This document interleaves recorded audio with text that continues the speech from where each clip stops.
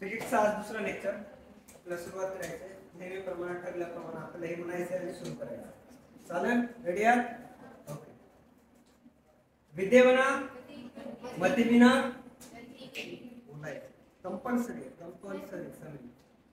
विद्येविना मतिविना नीतिविना गतिविना वित्ताविना आणि इतके अनर्थ कशामुळे झालं? ठीक आहे. चला तर मुलांना आपल्याला नवीन पॉइंट शिकायचंय पुढचा. कालच्या लेक्चर मध्ये आपण टॉपिक सुरुवात केला होता रोटेशनल डायनामिक्स. रोटेशन काय असतं आणि सर्क्युलर मोशन काय असतं मी तुम्हाला सिंपल भाषेमध्ये सांगितलंय. आणि त्याच्यानंतर आपण यूसीएम पर्यंत बघलो आणि नॉन यूसीएम सुद्धा बघितलं. नॉन यूसीएम म्हणजे नॉन युनिफॉर्म सर्क्युलर मोशन, म्हणजे ज्याच्यामध्ये स्पीड काय असते? डिफरंट असते, नॉट कॉन्स्टंट असते. कॉन्स्टंट म्हणजे युनिफॉर्म सर्क्युलर मोशन. इथपर्यंत आपण बघितलं. त्यासोबतच काही टर्म्स बघलोत आपण. आता पुढचा जो पॉइंट बघायचा आहे त्यातला पहिला जो पॉइंट आहे तो म्हणजे रिलेशन बिटवीन दोघांमधलं रिलेशन बघायचं आहे. ते म्हणजे कोणामधलं? एक तर लिनियर वेलोसिटी सिंपली व्ही कोणामधलं बघायचं आपल्याला? Linear velocity. आणि त्याच्यासोबत लिनियर वेलोसिटी व्ही न शो करतात. कशाला शो करतात? व्ही न. आणि अँग्युलर वेलोसिटी कालच सांगितलं कशाला शो करतात? डब्ल्यू नाही, दॅट इज द ओमेगा. याला आपण वेक्टर क्वांटिटी आहे म्हणून वेक्टर व्ही, ही पण वेक्टर आहे म्हणून vector W. Omega that is the omega. याची linear velocity relation between the linear velocity simply जर काढायचं असेल रिलेशन, हे पुढचं एवढं काही लक्षात ठेवायची गरज नाही. फक्त तुम्हाला रिलेशन लक्षात ठेवायचं. Then what is the relation between the linear velocity and the angular velocity? माहिती आहे? Vector v is equal to omega vector omega into vector r. r कुठून आलं माहिती आहे? रेडियस. मग अँग्युलर वेलोसिटी किंवा अँग्युलर आपण हा शब्द वापरतो सर्कलच्या बाबतीत, आणि सर्कल मध्ये काय असते? रेडियस. म्हणजे तुम्हाला इथे काय लक्षात ठेवायचंय बघा. इथे आपल्याला लक्षात ठेवायचं मी हेडिंग टाकत पहिल्यांदा तर रिलेशन बिटवीन कोणामधलं रिलेशन आहे? पेपरला येते ना रिलेशन बिटवीन कोणामधलं? लिनियर वेलोसिटी कशाला शो करतात? Vector v.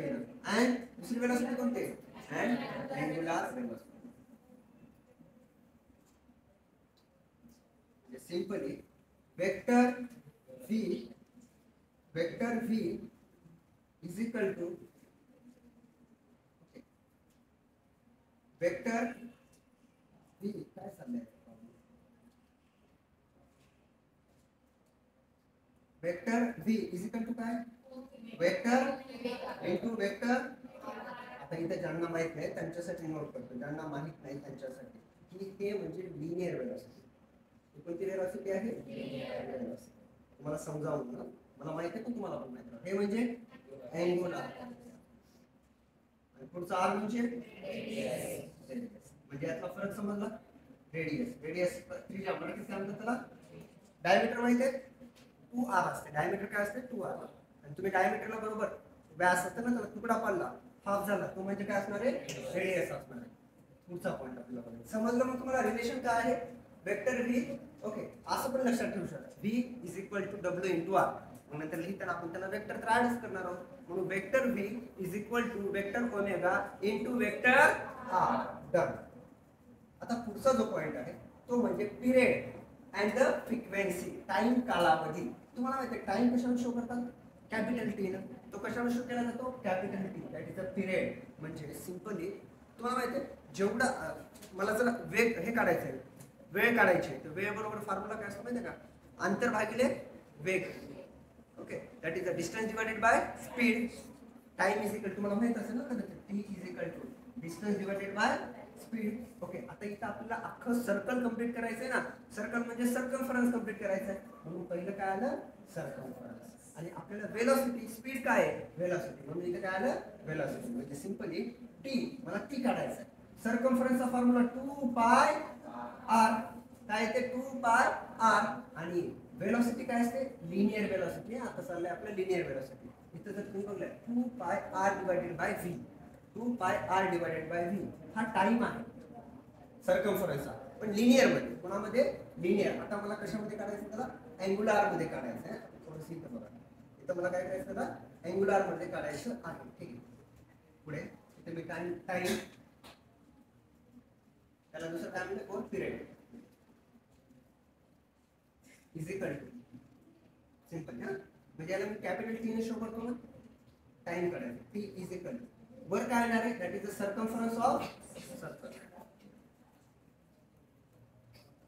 डिवायडेड बाय काय लिनियर कोणती लिनियर वेलोसिटी लिनियर वेलोसिटी तुम्हाला माहिती आहे सर्कम्फरन्स म्हणजे काय असतो 2 पाय r divided by linear velocity आता इथं बघा लक्षात द्या वर काय आहे खाली काय आहे थोडंसं मी मागे सांगणार रिलेशन इथं खूप महत्त्वाचं रिलेशन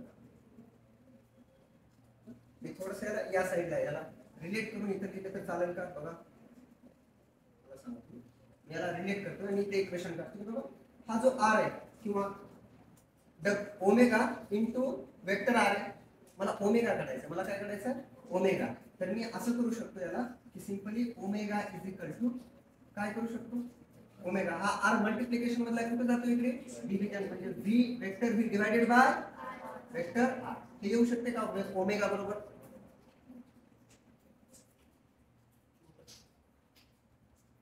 ओके येऊ शकते ना omega is equal to vector v divided by r समजलं वर काय खाली काय हा इथं काय वर खाली मी याला असं करतो इन्व्हर्जन करतो 2 पाय डिवाइडेड बाय ओमेगा करू शकतो का बरोबर असं आहे का 2 पाय divided by omega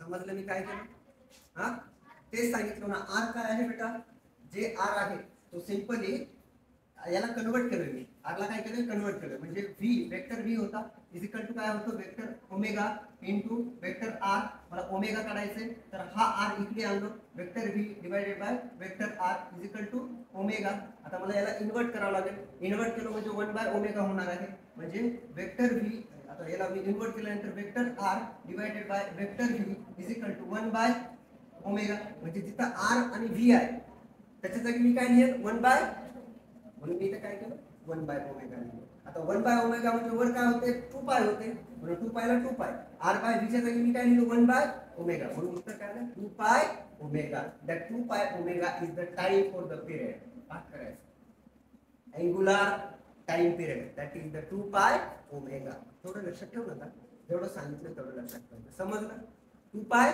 omega time period 2 पाय ओमेगा 2 पाय कसं आलं 2 पाय r होतं खाली v होतं हे झालं कट आणि काय झालं तिथं आपला ओमेगा आला म्हणजे 2 पाय ओमेगा डन आता पुढचा पॉइंट बघायचा आहे हा टाइम आणि पिरियड विषयी इथलं बघू आता याची युनिट्स बघायची मी जेव्हा जेव्हा शिकवल तेव्हा प्रत्येकाचा युनिट सांगा आता वेळ कशामध्ये मोजतात रे चांगली खराब वेळ असेल का सेकंड मध्ये मोजतात okay that is the SI unit of the period is the second okay second चला नोट करून टाकतो म्हणजे तो एक पॉइंट आपला क्लिअर होईल SI unit off period of the time is second गडबड असं तर मला सांगा बरं सर समजणार समजून मी तिथं थोडंसं स्पीड कमी करून सांगा पण हे बेसिक आहे तुम्हाला समजून जाईल काही अडचण येणार नाही विचारायचं काय ठेवणार नाही SI युनिट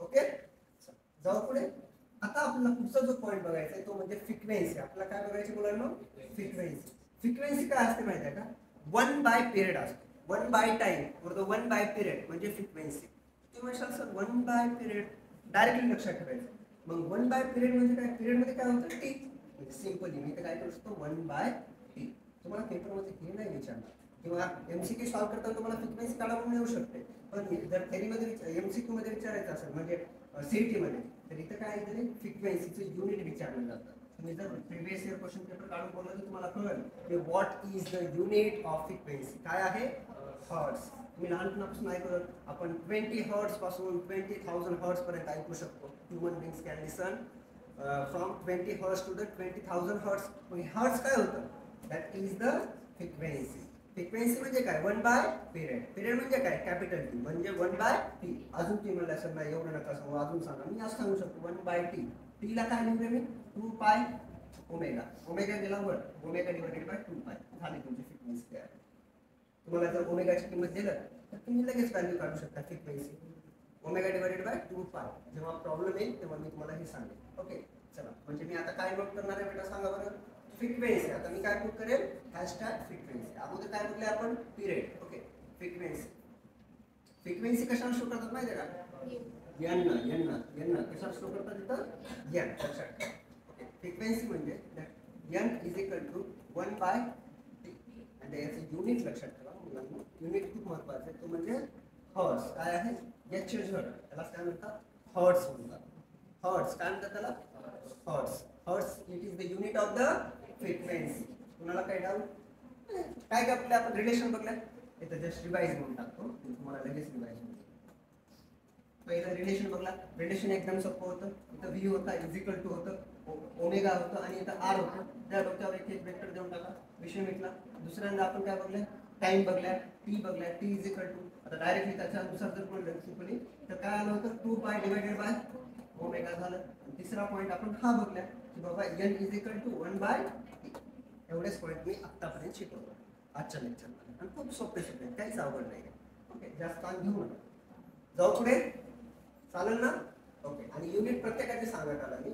आता जो पुढचा घटक आहे तो म्हणजे याचा पुढे सगळ्यात जास्त वापर होणार. आता there are 2 types of forces. भरपूर फोर्सेस असतात, त्याच्यामधला आपल्याला आता शिकायचे 2 फोर्सेस. किती फोर्सेस? 2. पहिलं नाव आहे सेंट्रीपिटल फोर्स. कोणता? Centripetal force. That is the CPF. CPF.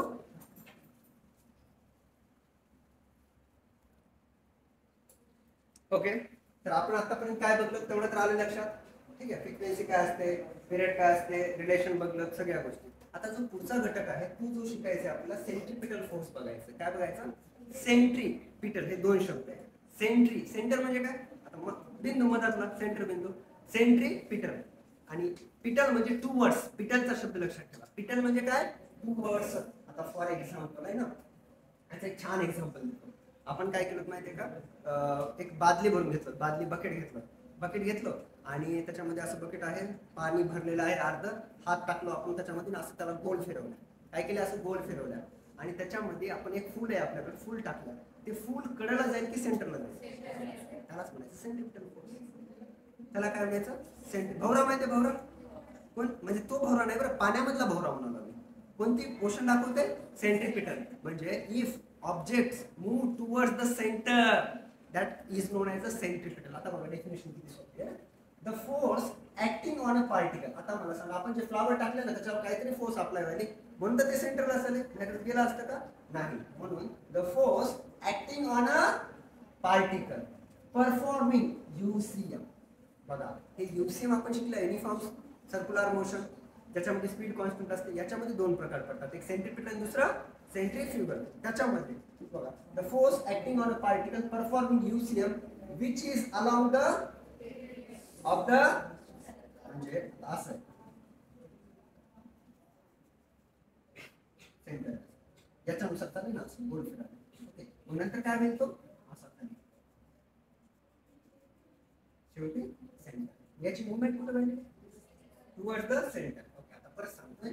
The force acting on the particle performing UCM which is along the radius of the circle and, हा शब्द अतिशय महत्त्वाचा, directed toward the, that is called as the centrifugal force.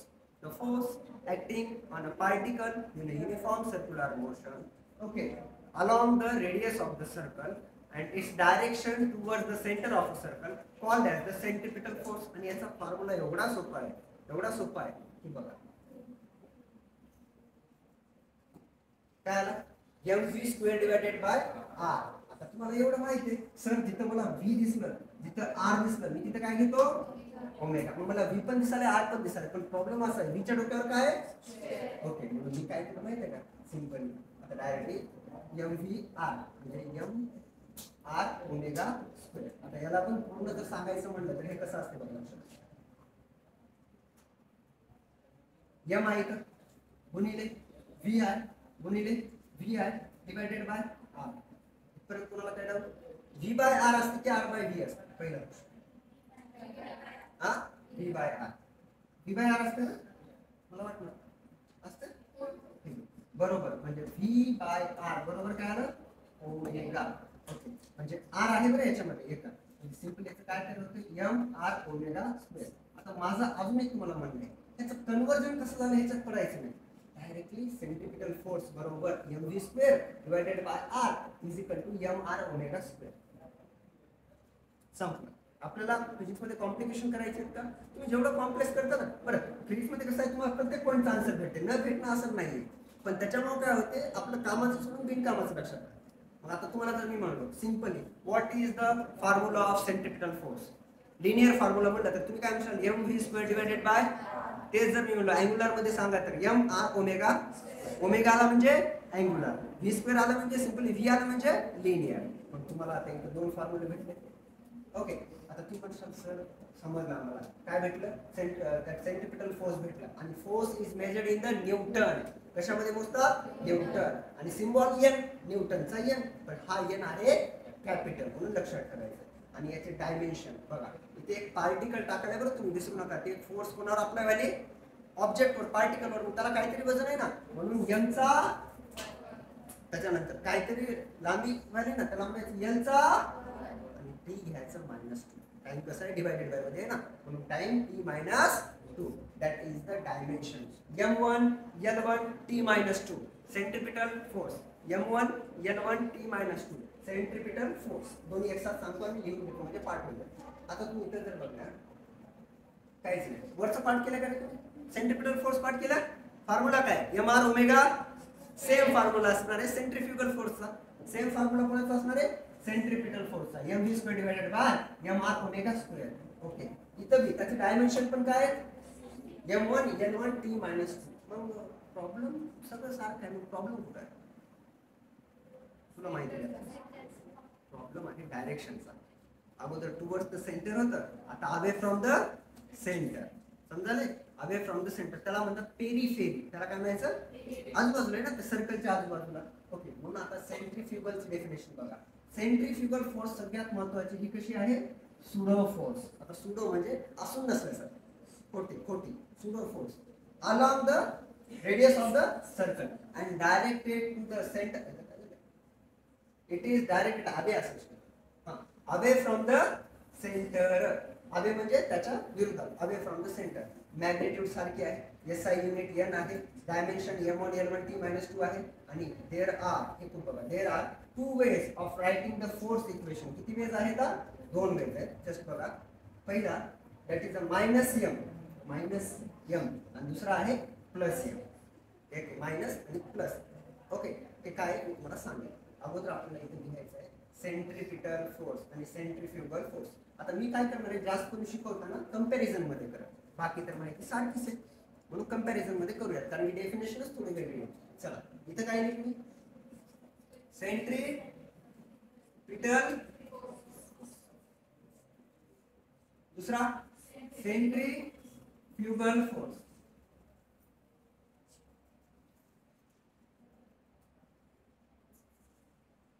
Definition म्हणजे वाक्यरचना बरोबर यायला पाहिजे. म्हणून काय म्हणले, the force acting on a particle performing UCM. The force, कोणावर फोर्स आहे, force acting on particle performing कोणती motion, uniform circular motion along radius of circle towards direction towards center of circle.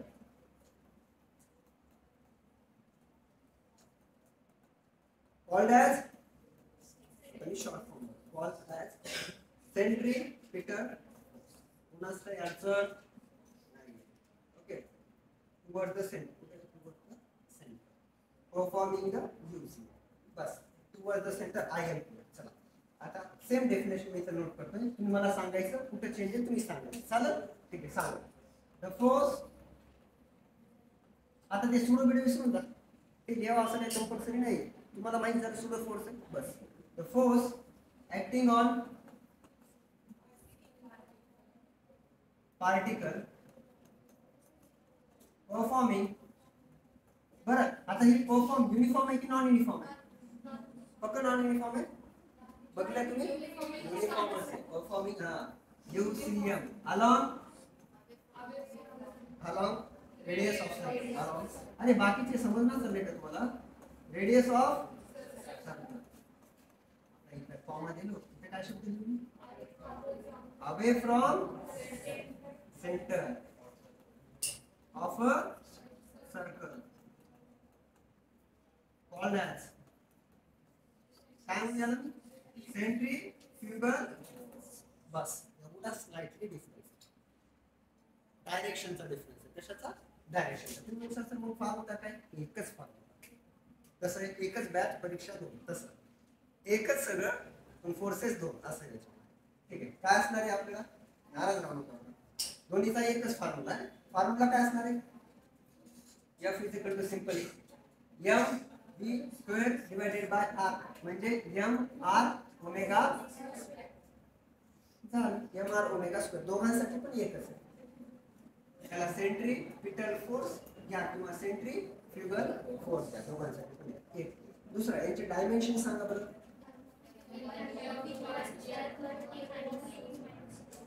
Okay m1 l1 t-2. Okay त्याच्यानंतर yes आहे. खूप अवघड आहे हे पाच करायचं थोडंसं अवघड जाईल तुम्हाला. काय असणार आहे? बस एवढे माहिती पाहिजे. ओके टुवर्ड द सेंटर म्हणलं की पॉझिटिव्ह साईन येणार आहे आणि अवे फ्रॉम द सेंटर म्हणलं की निगेटिव्ह साईन येणार आहे. म्हणजे सेंट्रिपिटल फोर्स पॉझिटिव्ह आणि that away from the centrifugal force काय असणार आहे? निगेटिव्ह. आय थिंक तुम्हाला दोन्ही पॉईंट समजले असतील. ओके मग मला कोणी एक एक एक्झाम्पल देईल का यांचे सेंट्रिपिटल आणि सेंट्रिफ्युगलचे? Toward the center away from center. चला लाडू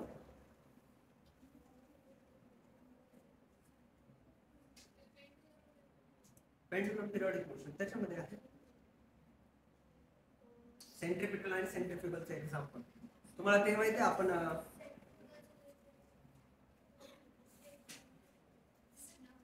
सांगा उद्याचं होमवर्क 5 एक्झाम्पल तुम्हाला शोधून लिहायचे. Write down the examples of centripetal फोर्सचे आणि सेंट्रिफ्युगल फोर्सचे. आता पुढचा जो घटक आहे तो म्हणजे आहे ऍप्लिकेशन ऑफ UCM. कोणता आहे?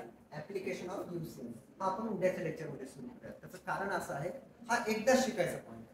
ओके आणि याच्यामध्ये रोल प्ले करणार आहे आपला या ठिकाणी आठवते काय mv square divided by r. आता हा पॉईंट आपल्याला उद्याच्या लेक्चरमध्ये शिकायचा आहे काय नाही. ओके आता याचे ऍप्लिकेशन खूप छान छान आहेत. सरळ सरळ आपल्याला पेपरमध्ये 2-2 मार्काला येतात. ओके पहिला आहे vehicle along the horizontal circular track horizontal. दुसरा जो असणार आहे wait for the wall of death मौत का कुआ. ओके त्याच्यानंतर अजून एक आपल्याला आहे हा बँक द रोड्स आहे. हे तिन्ही पण व्हेरी व्हेरी इम्पॉर्टंट आहे जे आपण उद्याच्या लेक्चरमध्ये बघणार आहोत. त्याचं नाव आहे applications of UCM uniform circular motion. Done.